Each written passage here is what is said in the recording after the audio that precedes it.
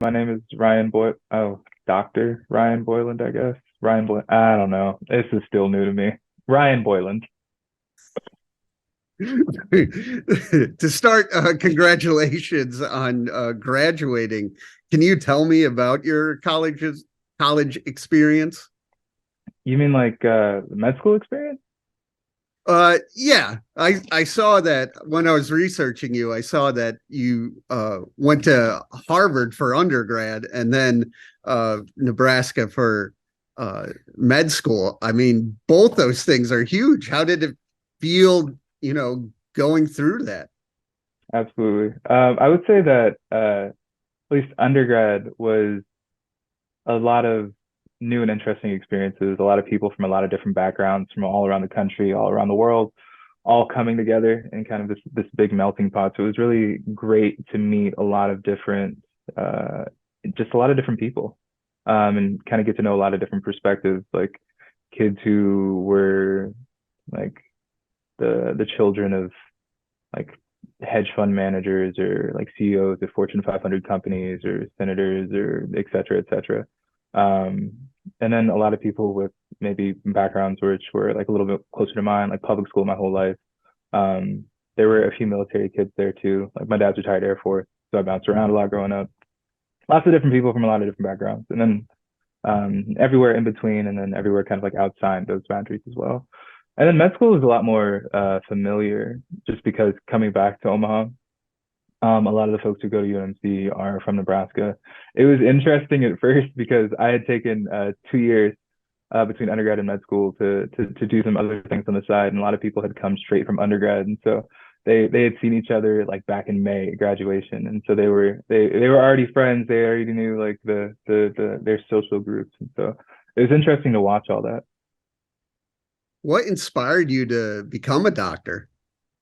I would say I always like science, and I went through many a different I guess career change. I thought I wanted to do neurobiology, like full time PhD. I thought I wanted to do astrophysics again, full time PhD. But then I realized that I like doing too many things with my hands. And I did some astrophysics research, and I was just like, this isn't for me. Because like you think about it, you're like, oh, it's great. You get to look at telescopes all day. It's so much fun. And then you're actually doing it, and it's a lot of writing code and crunching numbers and all that stuff. And I'm like, this does not spark joy. And one of the things that I realized about medicine was that you can have the opportunity to have a real tangible impact on people's lives, um, in a lot of different ways, depending on whatever specialty or whatever field you're going into. For me personally, doing emergency medicine, I think that the emergency room is like the most community facing portion of the hospital. You interact with a lot of different people from a lot of different backgrounds and all sorts of different stages of their life. And you get to be the opportunity to be the first person that they interact with in that healthcare system.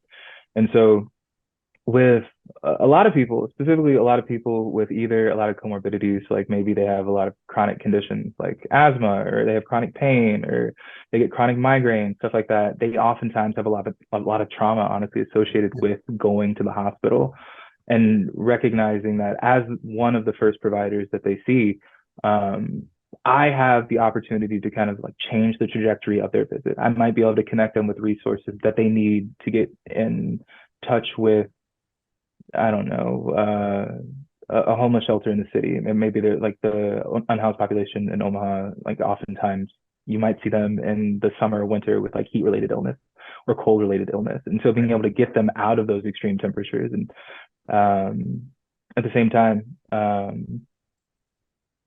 really being that person, like essentially like their point of contact with the healthcare system. I Yeah. think you have the opportunity to really have an impact on their long-term health, even though you're only seeing them for like 30 minutes or an hour.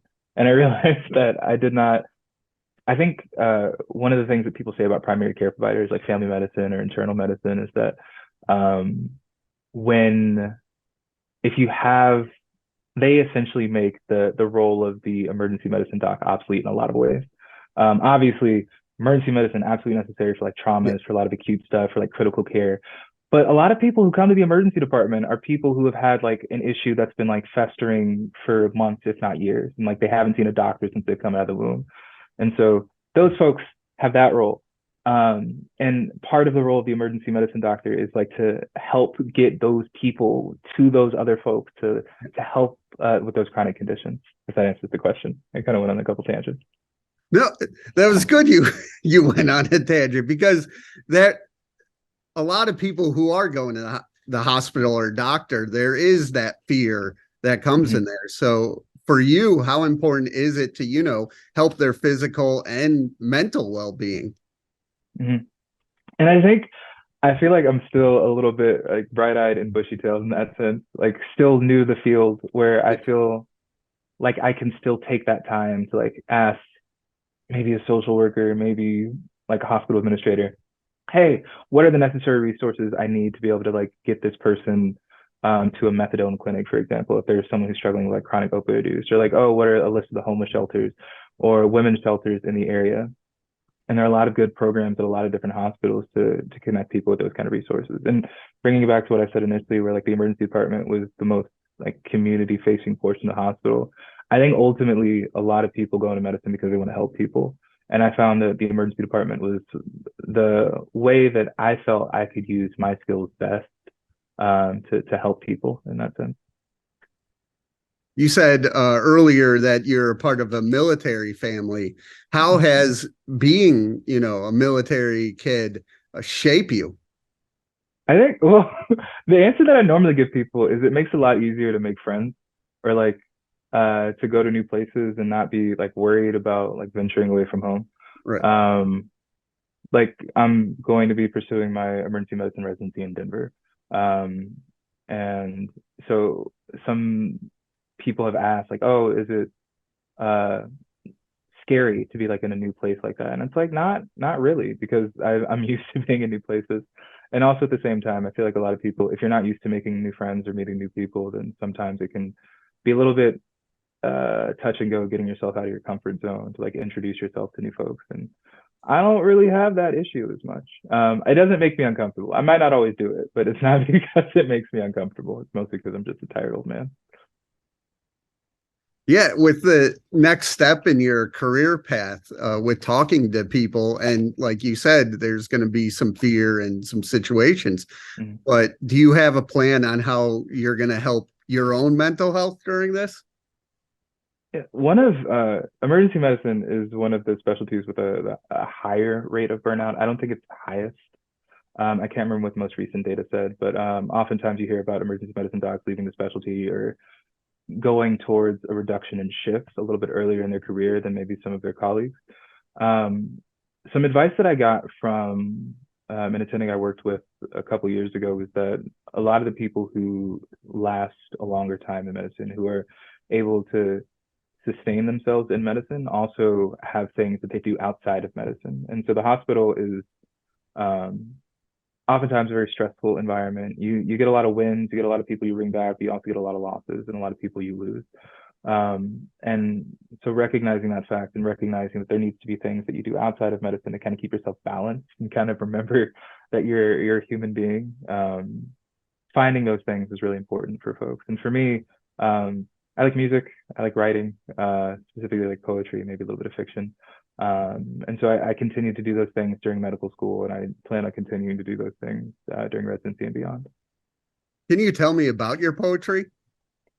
Sure, I kind of so for the longest time I was like, oh, I'm a poet and a medical student, and I didn't want those worlds to mix quite as much.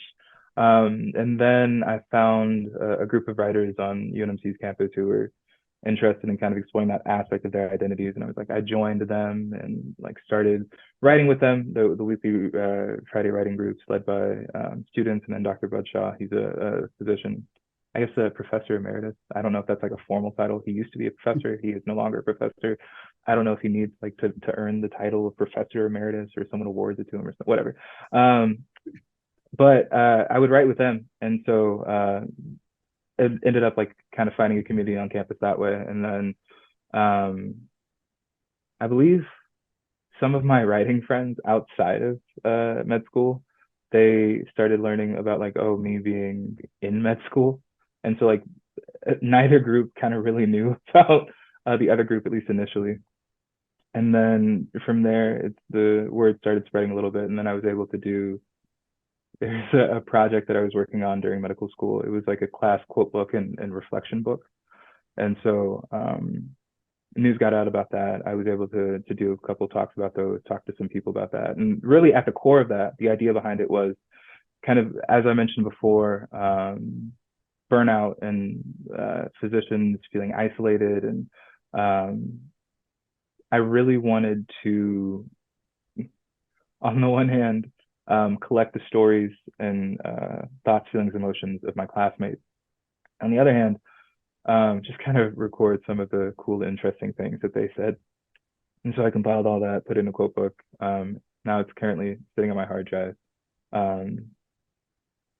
Just until I can get my life together enough to transcribe some of the interviews that I did with some of my classmates. And then after that, we'll see. We'll see about putting it out into the world, but still figuring that out. Yeah, how with the poetry, how is writing going through the process, just help your mental health as well? Mm-hmm. I tell people I write for myself and I read or like perform for others. And I think that taking time to write really helps me process my own thoughts, feelings, and emotions about the things that I saw that day, whether or not it's a difficult code or like resuscitation, trying to bring someone back, or even something as like mundane as walking through the hallways of the hospital and having like people with you wearing your white coat as a med student, having different people acknowledge you and how that feels. Kind of both of those things or all of those things kind of coming together, helping me process all that. So this weekend I was on, Twitter surfing, and then I saw your tweet of having a billboard. I'm like, what? And so then I look at that, and then I reach out to you. But can you tell me about what your parents did for you? Yeah, I didn't know about it. My parents decided to put my face on a billboard in kind of the area of town that I went to high school in and grew up in. And it was interesting because my mother, she had texted me earlier that day because I was in that part of town because running some errands. And she texted me saying, "Hey, can you like come here at this point in time?" And I was like, "Okay, sure." And then we all like, she also wanted my siblings together, and I'm like, "What's happening? Is someone dying? Like, is this something scary?" And she's like, "No, no, no, I just wanted to talk." I'm like, "Okay, I guess this sure, this could have been a text." But then she's like taking us kind of on this meandering path, and I'm like, "What's going on? Why are we doing this?" And she just like parks in this random parking lot, and she gets out, and she's like, "Oh, um, I think there's something wrong with like one of the tires in the car." And I'm like, well, this is like a fancy 21st century car, so you can like just check the tire pressure. There's nothing wrong with the tires. Why are we doing this? And she's like, oh, you gotta get out of the car, look at it from this angle, look at it from that angle. And I'm just like, what is going on? What's happening? And she's like, oh, like maybe you should look over there. And I turn around and it's my face that's like 20 feet tall. And I'm just like, I'm not the type of person who likes attention. So at first I was freaking out. I'm like, why is my face on a billboard? But they were very excited about me being the first doctor in the family, and they wanted to kind of let the world know, or at least that part of town know, how happy and excited that they were for me and for us. Well, I saw the tweet was popular, so they did let more than just the town know. Yeah, you're right. You're right. And with your parents, what have you learned from them? I think one of the most important lessons that I've learned from them, and something that I talk about not infrequently, is kind of perseverance and seeing like a goal through to the end. And so um kind of something that my mother used to always say like growing up is like you can do anything you put your mind to. And so from a young age, it was kind of me and my siblings, like we had that kind of running in the back of our mind. And so I like to think that that kind of helped um inspire all of us to kind of pursue our different goals and our different paths to the best of our ability. And then there's this one story that kind of sticks with me. It's when I was like, I don't know, like 10, 11. Um, And, like we had a freezer for some reason, like the ice in the freezer was melting, got on the floor. My dad told me and my brother, "Hey, clean up the water." So we thought we had cleaned up the water. We thought we had done a good job. We had done an insufficient job. The water was still on the tile. One of my little sisters was running by. She slipped, she fell, she hit her head. She was fine. She didn't need stitches or anything like that. She was okay. But our dad kind of sat us down after that, and he was like, "Don't ever leave a job unfinished." And that's something that really sticks with me in all the things that I do. I'm just trying to make sure that I don't ever leave something like half done, making sure that I always see it through to the end. What are some of the things that motivate you? I feel like kind of those things. Yeah. That desire to see the job through to the end, seeing it through until it's finished.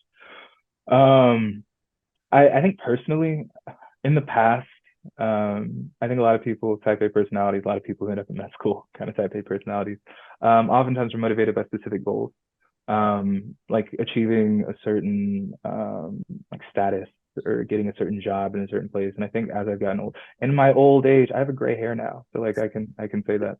Old age. Okay.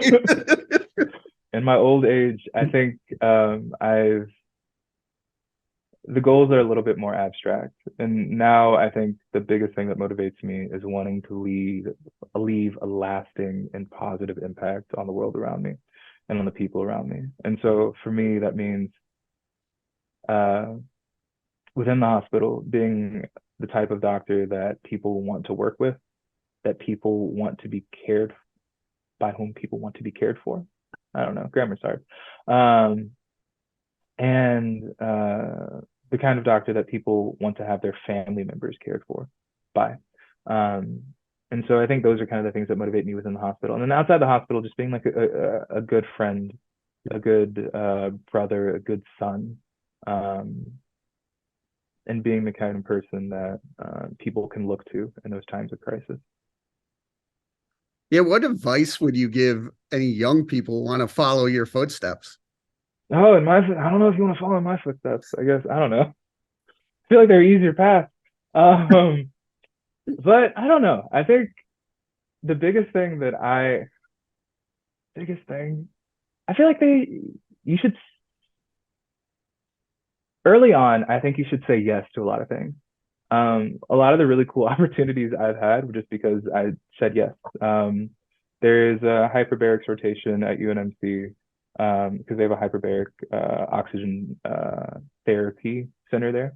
And so I got to do a lot of cool things, like talk to a lot of interesting people, get some opportunities just because I said yes, I wanted to take that course. Um, in undergrad, I got to go to like on a trip to a different country to learn about neurobiology and neuroscience just because I said yes.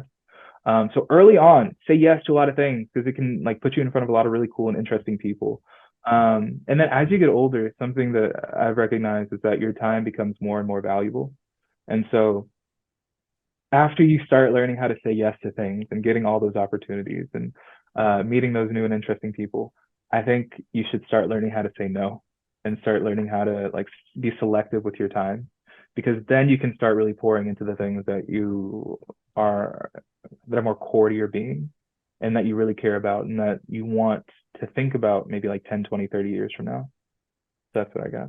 Also study, sleep, um, if you're in the med school, if your resident tells you to go home, go home. Don't ask like, hey, can I do X, Y, and Z? Just go home. You need to sleep. You need to study.